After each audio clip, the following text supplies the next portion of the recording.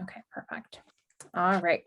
So I am going to go ahead and introduce myself. I'm Allison Sampson. I am the current vice president at Norfolk Council of PTAs, and I am going to take you through some information on the Reflections art program. The Reflections art program is a national program run by the national PTA. It starts at the unit level, and entries work their way up from the local units all the way up through the council, district, state levels up to the national PTA as they are judged, and there's winners on every level of judging. So there's lots of room for celebrating the arts within our school communities. The 2021-2022 program, the theme this year is I Will Change the World By. One of the things that I really, really love about Reflections theme is that the theme itself is its own contest that's run. So students and PTA members are actually able to submit their ideas for the theme, and I'll send out some more information about that at some point too. So just some basic important resources just to have at the forefront. We have the Virginia PTA resources. This is their program page. There's a bunch of links and a bunch of resources, a bunch of contact information for the Reflections program. And then there's also the Google Drive, which has all of the information and all of the documents and tons of graphics and really great things that you can use within your units as tools to build your Reflections program.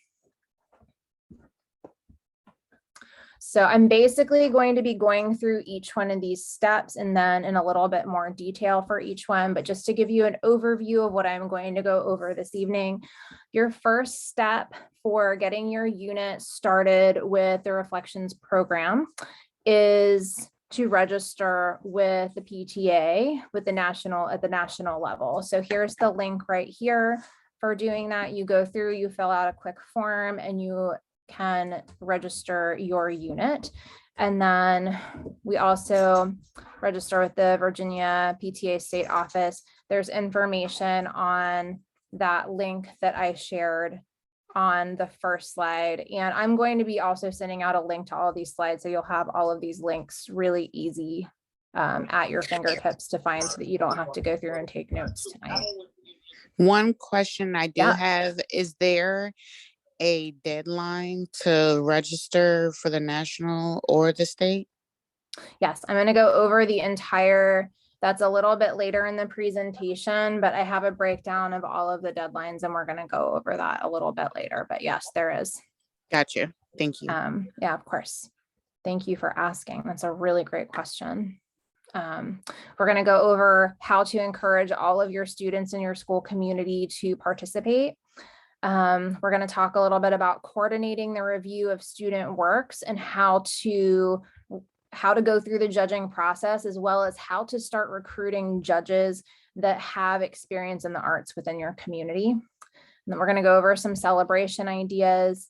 And then the last step is to wrap up, report success, and learn a little bit more about how Reflections can be done successfully in your school community, so that you can be even more amazing for the following year.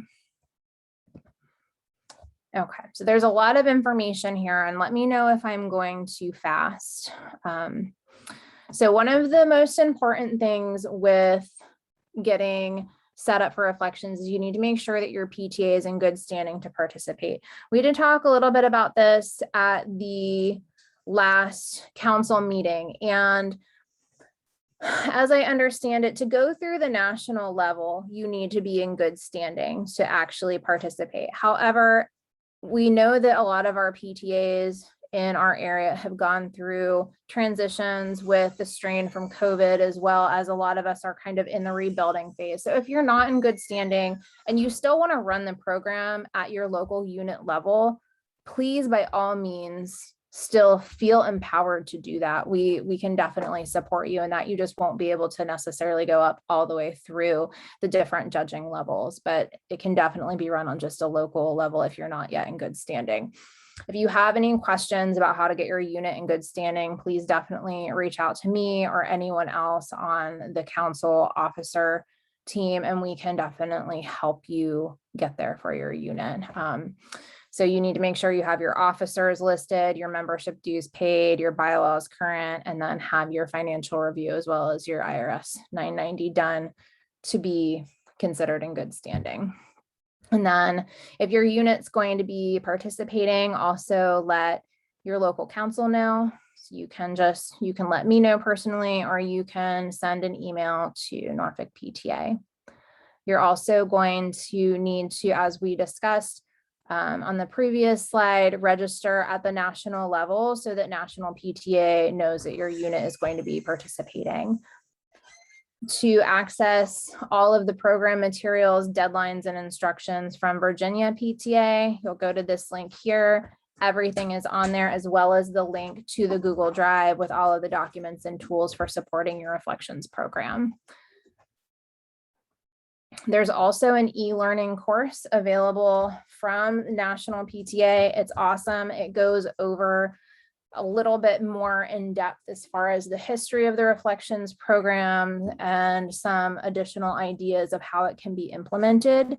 So I highly recommend, if you have some time, to check it out. It's a wonderful resource.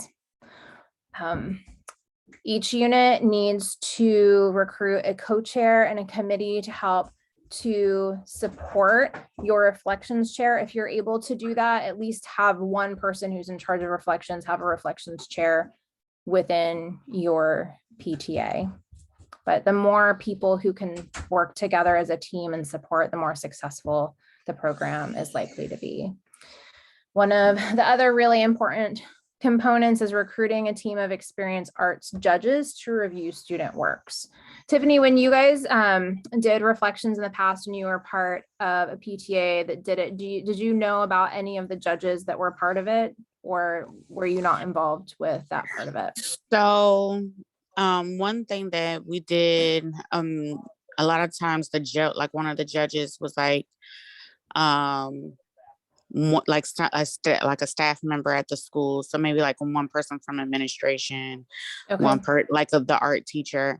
Something that has been encouraged that I want to implement where I'm currently at is like finding local artists, like local art. For instance, like is it the Chrysler Museum? Am I saying that right? Yeah. So yeah, Okay. and that's So, a great like, idea. I was thinking to like get somebody from over there to be like, hey, you know, do you want to come and judge our Reflections art contest? And another place was like the city of Norfolk. They actually have like this art, I don't want to say art department, but they have like a department in the city of Norfolk that deals with like children and art and all that other good stuff. And I was like, okay, well, maybe, you know, somebody there would be willing to come. Okay, that's awesome. That's great insight. And we can dive a little bit deeper too into some of the ideas for judges, because I think that's one of the one of the bigger challenges with running an awesome Reflections program is trying to source those judges that have that art expertise. So we can share some additional ideas too about how to recruit them, but those are awesome starting points. I love getting people from the museum involved. That's such a great idea. All right, so let's talk a little bit about promoting your Reflections program. So each unit will need, like one of the, so we have an entry form, and I'll go through the details on the entry form momentarily.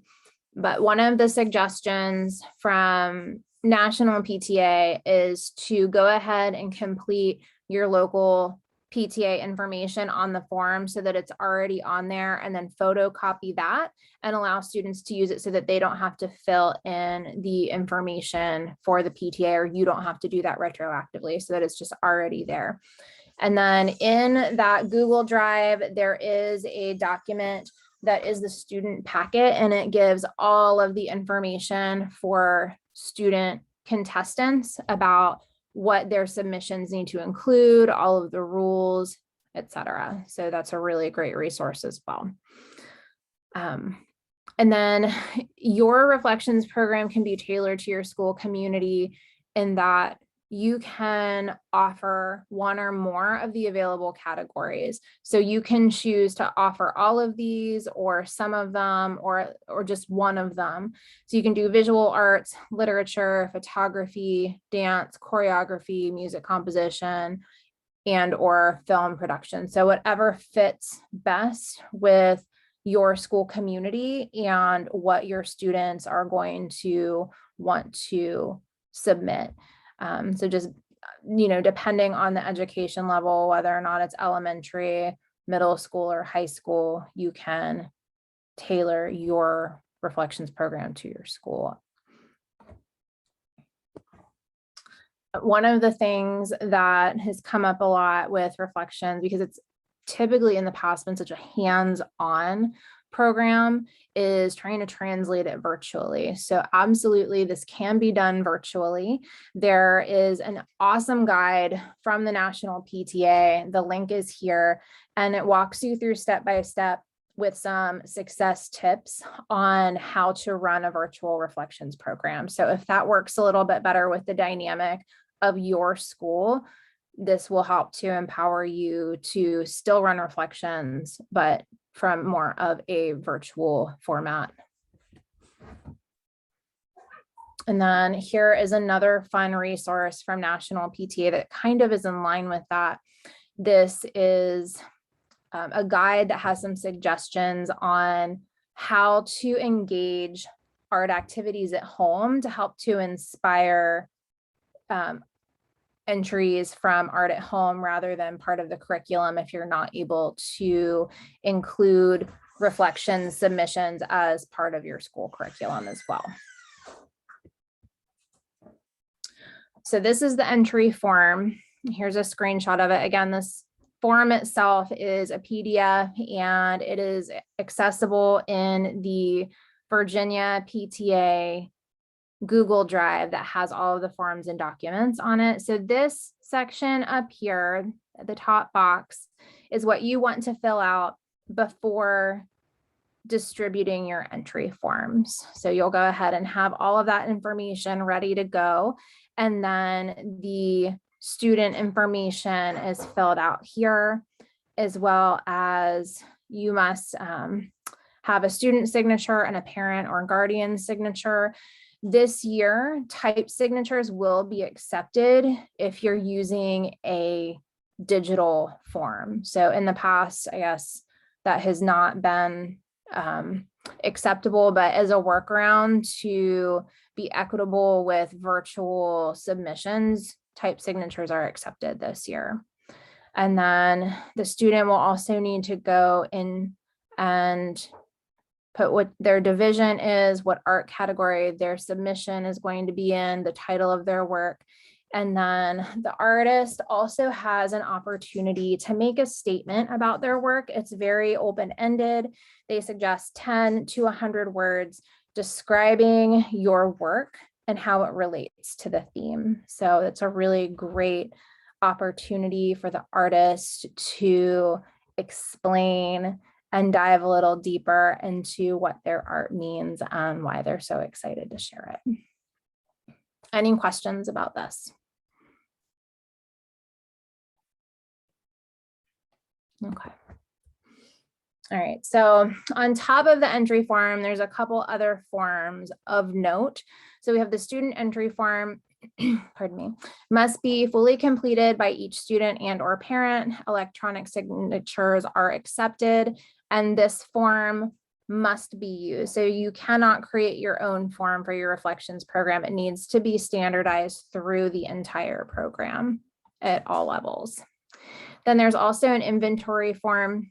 This needs to be fully completed by each chair in charge of a level of judging. This form provides the name and contact info for students. This form is used to provide all the, you can use this form or you can use a different form of your choice. You can create your own just as long as all the required info is included. There's also a participation form. This must be completed by each chair in charge of a level of judging. So this provides a count of the total number of entries and then how many are received, how many are advanced at each level. And this form, again, don't create your own. This one needs to be the original standardized form so it's consistent across the board. All right, so let's talk a little bit about how to coordinate judging. So all entries are judged by blind judging. So no student names or school or PTA information should be visible. So the way that the form is set up, the format, you're able to fold the form so that just the information as far as the type of art, the title of the art, and then the artist statement is visible. You're going to want to take a look as you're getting all of your submissions in, make sure that they're sorted by category and division, as well as that each form is complete and fully qualifies based on the rules of the Reflections program.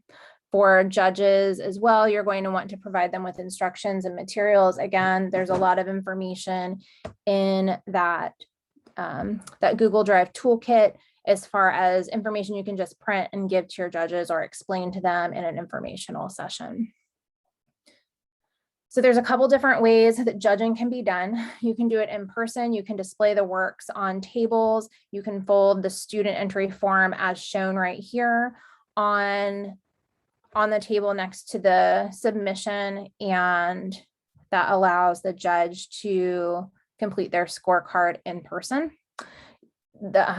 Another option is sharing digital copies of student works using a cloud-based file sharing platform. And I believe that that's what we're doing on the council level. We're going to have all of the local unit submissions that are being advanced to the council level are going to be submitted via Dropbox. So you're able to also do that through either through Google Drive or through Dropbox, and then share that information with judges if you cannot gather your judges in person. So there's some options. And if I can be of any support with helping to coordinate that for your local unit, let me know and we can figure it out. All right, let's talk a little bit about recruiting judges. I know we touched on this a couple minutes ago, but let's talk a little bit deeper about who our judges should be.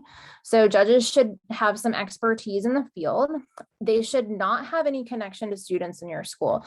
So I know in a pinch, wanting to use your own school's art teachers is really tempting, but to avoid any partiality, it is suggested that they do not have connection with your school. So if you are using a parent or a teacher, maybe have them from another school and maybe partner up with another school that's participating in Reflections in our district and swap volunteers with them. So like I'm at Bayview and we have Ocean View down the street. So maybe we will go ahead and coordinate with them and have them collect some parent and some teacher volunteers, and we can just swap, and that way we can remain impartial as far as our judging, but we can have volunteers that way. So that's one workaround as far as that goes. So no parents judging categories who have children or relatives within the school. So that kind of goes in line with the suggestion of trying to maintain impartiality. Again, swapping teachers with another school is definitely okay, but make sure that the teachers who are participating as judges are from your own district. And then we talked a little bit about this earlier, sourcing some judges from amazing community connections. So you can contact photography studios, art and music teachers, local artists or writers, university professors, newspaper photographers, I know there's a lot of amazing volunteers that work for the Little Theater of Norfolk. So if you have performing arts is one of the categories, I'm sure that they would love to get involved. I was also thinking that another option, especially for the category in writing, we might even be able to get our libraries involved if we want to ask them to maybe have some volunteer judges. So we might need to think a little bit outside the box to recruit judges from our community, but it sounds like between museums and some of the other awesome civic offices in Norfolk, there's a lot of opportunity. So we're going to give judges specific deadlines, and we're going to work out arrangements for helping to get the digital entries to them. And then judges do not have to be PTA members either. So they can be just members of our community and support as volunteers that way. Any questions or anything you'd like to add, or any more ideas on recruiting judges? No, I mean, just to see that you're not supposed to have like your art teacher or somebody there. I mean, it makes sense, but then it also, you know, people are so tempted to do it. So right. Yeah, I get it though. And I guess it kind of just, you went with you going outside to the community to try to get judges, it kind of brings, you know, the community in the show, like, hey, you know, we have some artistic kids, and hopefully they get involved and they buy into it, you know. Absolutely. And again, these all say should and please. So if you're really in a pinch and need to run your program, do what you need to do, but these are best practices on how to maintain impartiality and keep it really fair for all of these submissions. So I'm really excited this year to go out in the community and leverage some of those connections and get some judges. And I really appreciate your insight with some of the suggestions you've brought to the table. I'm excited. I'm excited to hear who you're able to recruit. Thank you. So a little bit different from years in the past. So actual entries are not to leave the local schools this year. So what that means is once you have judged on the local unit level, digital submissions are going to be how all of the other judging occurs. So again, we will give some more information at a later time as far as the instructions on how to submit via Dropbox all of your submissions that are advancing to the council level from your local unit. So stay tuned for that information. We are working out the details.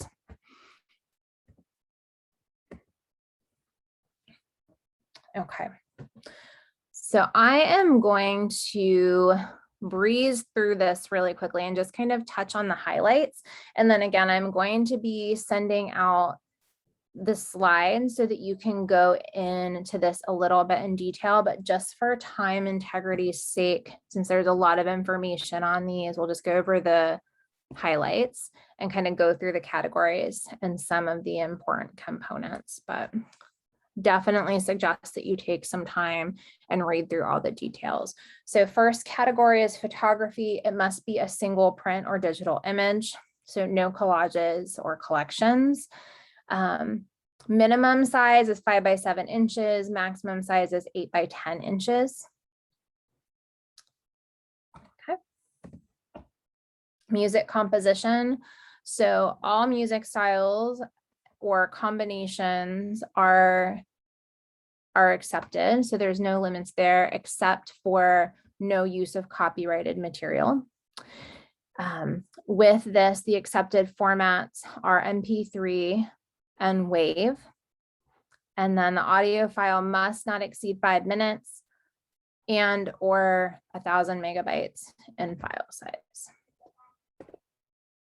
Dance choreography. So this can be solo or ensemble works of dance. The entry must be the work of a single student. The entrant must be the choreographer and may also be the performer. Again, there are size and length restrictions for the video. For dance choreography, we have 5 minutes and 1,000 megabytes. Accepted formats are listed here. It also gives on each one of these slides how to name your entry and how to format that so that it's consistent and standard. Let's see, we have film production, again, 5 minutes in length, 1,000 megabytes in file size, same accepted formats. Any sort of short film style of this list is allowable. We have animation, narrative, documentary, experimental, or media presentation. Again, the work must be the creative work of the entrant. So they must be the screenwriter, the cinematographer, the editor, and the producer. And if background music is used, please cite it on the entry form to give credit to the original artist.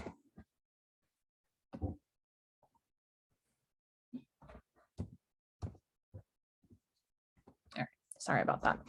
Special artist division. So for students who identify as having a disability and may receive services under the IDEA or ADA, this is a special category for those students.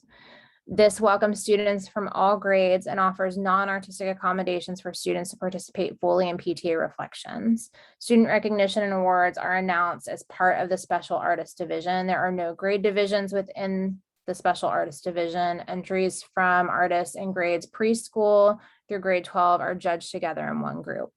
So the accommodations include non-artistic accommodations like adaptive technology, transcribing, and holding a camera. Assistants must refrain from being involved in the artistic process. And then special artist entries advancing to the next level of judging beyond the local unit level need to follow all the remaining rules for the specific category.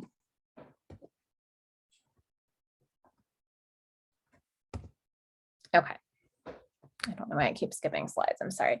So those are the categories. And then let's talk a little bit about how we can celebrate our participants and celebrate the participants who've been recognized as advancing to the next round of judging.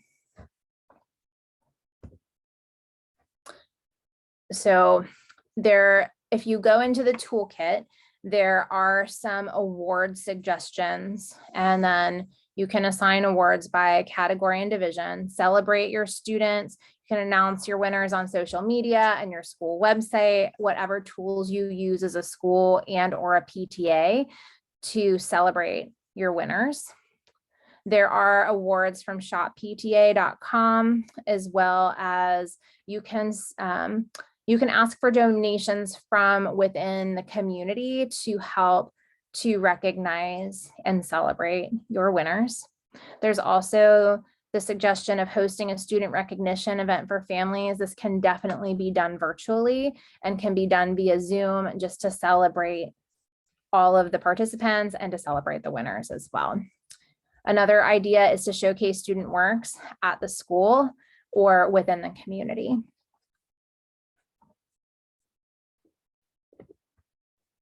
Okay, so to wrap up your program, you'll receive a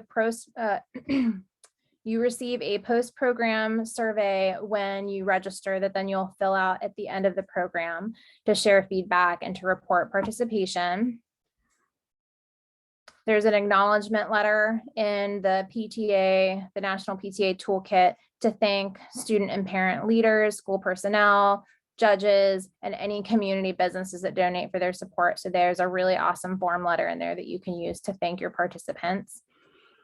You'll want to return any of the non-advancing works to the original artist.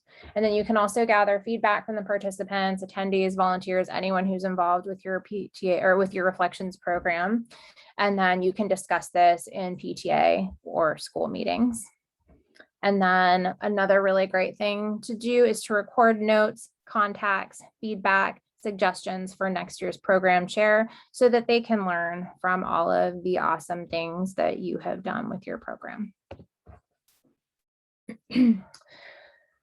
So here are a couple of suggestions with some things that we could do. I know we kind of missed this with our reflections timeline, but arts education, National Arts and Education Week was in September.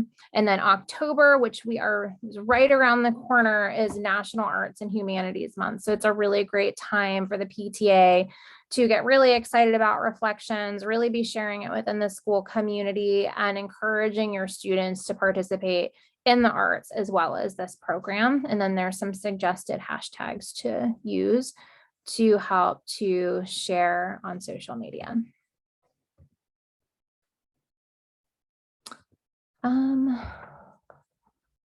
Let's see. Here's the end. I am not sure why. I am so sorry. Let me go back through the slide deck and see why, for some reason, the timeline slide didn't come up, because that is really important information for us to go through and to, oh goodness. All right, I'm going to stop sharing. I'm going to find this for a second. I want to make sure we go through the timeline and talk a little bit about when everything is due. So can I ask some questions while you do that? Yes, please. Okay, so from a state standpoint, do we know like what the kids win? Or that's a really great question. And I do not have an answer for that. That is a fantastic question. And I want to definitely circle back to that. Let me reach out to the state reflections chair and we can figure out if they have that settled already, because I'm not sure what the incentive is on either the state or the national level at this point. Okay, so really they go, awesome. So the kids would go, they would in their age group, because see, and that's the special thing with, again, like we have middle school and we have elementary, so we would have 2 judging categories because of 2 judging age group categories, and then it would break down into each own category that we decide to participate in. Right. So with that being said, would we, well, that's another good question. Oh no, actually on the registration, it shows that you can sign up for K through 8. So I don't have that question anymore. Because I was going to ask, well, do I have to register our school twice with the state and the national? But I don't think so. I think the way that they have it divided, at least on the Virginia level, is your elementary and middle school is together, and then your high schoolers are in a different categories, because we do have, like you said, like at your school and like at Lakewood, there is some overlap there, so that way you don't have to register twice. Okay. And so then they would go through our judging. So of course we would have like first, second, third place. And the first place would be the one that we submit to the state. It would bypass the council. No, it will be submitted to the council, and then the council will review submissions, and then we pass them up the line. So it goes, so yes, all of you're not going to submit anything directly to the state. All of your local unit winners are then going to be submitted to the council by Dropbox. Got it. Yeah. So, and then the state will decide who out of the state will win, and then that person will be moved on to the national. Exactly. And yeah, so it goes, the advancement goes up the chain. So here Now, are that oh, kind of okay. segues into the dates that are of note. And I know you were asking about this, and I'm sorry, I don't know how this slide was skipped because this is such important information. So right now is when we should be getting our reflections program up and running, announcing the theme and any instructions to students, encouraging submissions, and starting to recruit those judges. So November 8th is the deadline for all reflections entries submitted to each local unit PTA reflection chairs.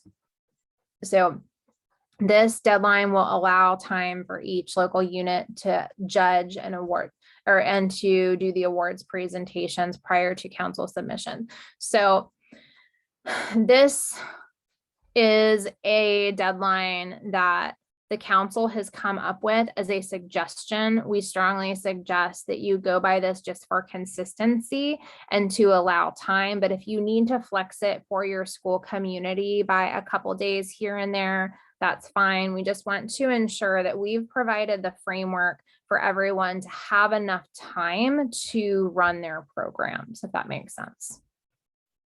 Got it. Okay. And then December 3rd is our big deadline for after you have received all of your local unit submissions from your school community and judge them in advance and had your school celebrations. December 3rd is the day that you will submit your winners via Dropbox, via virtual submission to Norfolk Council of PTAs. And then, so local units must submit all first place winners in each category and each age group. All entries must have required forms attached to their work. So again, we will send out more information on exactly how to submit all of that through Dropbox as soon as we have that coordinated. But that day is December 3rd. So suggested day of November 8th should be your deadline to get all of your submissions from your student artists. December 3rd is when you're going to need to send Norfolk Council of PTAs all of your winners so that we can advance them to the council level and so on and so on. And then we are going to be judging on the Norfolk Council level December 7th through 14th. And then December 16th is when the council reflections entries are due to the Tidewater district. So we send them, it goes council, district, state, national, and that's how it goes up into the different advancement levels. And then in March 2020, this should say 2022.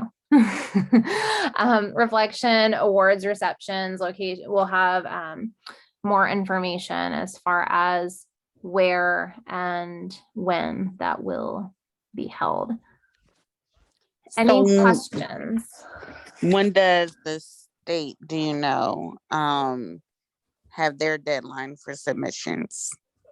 So I believe that the state is sometime in January, and then the state has to have everything to national PTA. And I might be a little bit off with this, but from what I remember, state has to have everything to national PTA then in February, and then they have until March to advance and choose winners on the national level. Gotcha. And how do we find out as local units if our children advance or not? So I believe that your reflections chair, based on the contact information listed in your registration, will be notified. So when you go in to register your unit, you have to put in information, contact information for the person who is listed as your reflections chairperson. And I believe they use that contact information to notify through the advancement levels. But I'm going to verify that, and I will send that information out.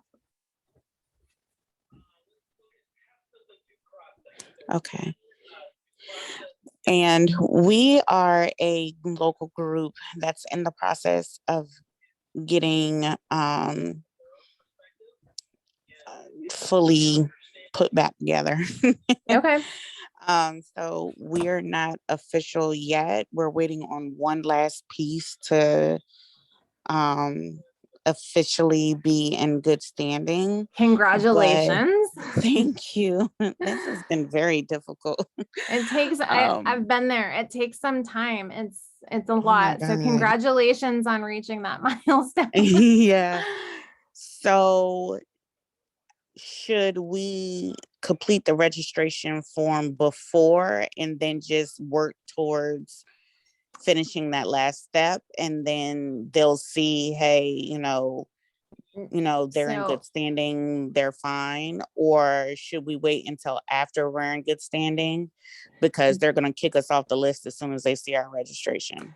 exactly, the second one. So what I would do personally is go ahead and run your program as if you're in good standing so that you can still reach those November and December deadlines for the local and council level. Take your time with getting in good standing and then go ahead and register as soon as you have the green light of being good standing from the state, if that makes Got it. sense. I wouldn't go ahead and preemptively register until you have all your ducks in a row and are cleared as good standing from the state. Got you. Thank you so much. Of course, but you have time. So that's the thing. You can still run your program and you have time to get everything in order and still register on the national level so that you can participate and all your students can participate. Okay. And let me know if I can support in any way with getting you into good standing, because we went through it last year, so I have recent experience with it. If there's anything I can help with, please let me know. Thank you so much. Of course. Well, that wraps up what I have. Thank you so much for being here and all of your insight and your amazing questions. Oh, thank you for being here and staying online and doing this training. This was really good information, and we really appreciate it so much for you taking the time to do this. Thank you so Well, much. it's an honor, and thank you so much for all you are doing for your school community and for the Norfolk community. We appreciate you. Thank you. You have a good one. You too. Take care. Have a great night. I'm going to go ahead and stop recording and end the meeting. Take Okay, care. bye-bye. I'll see you soon. Bye-bye.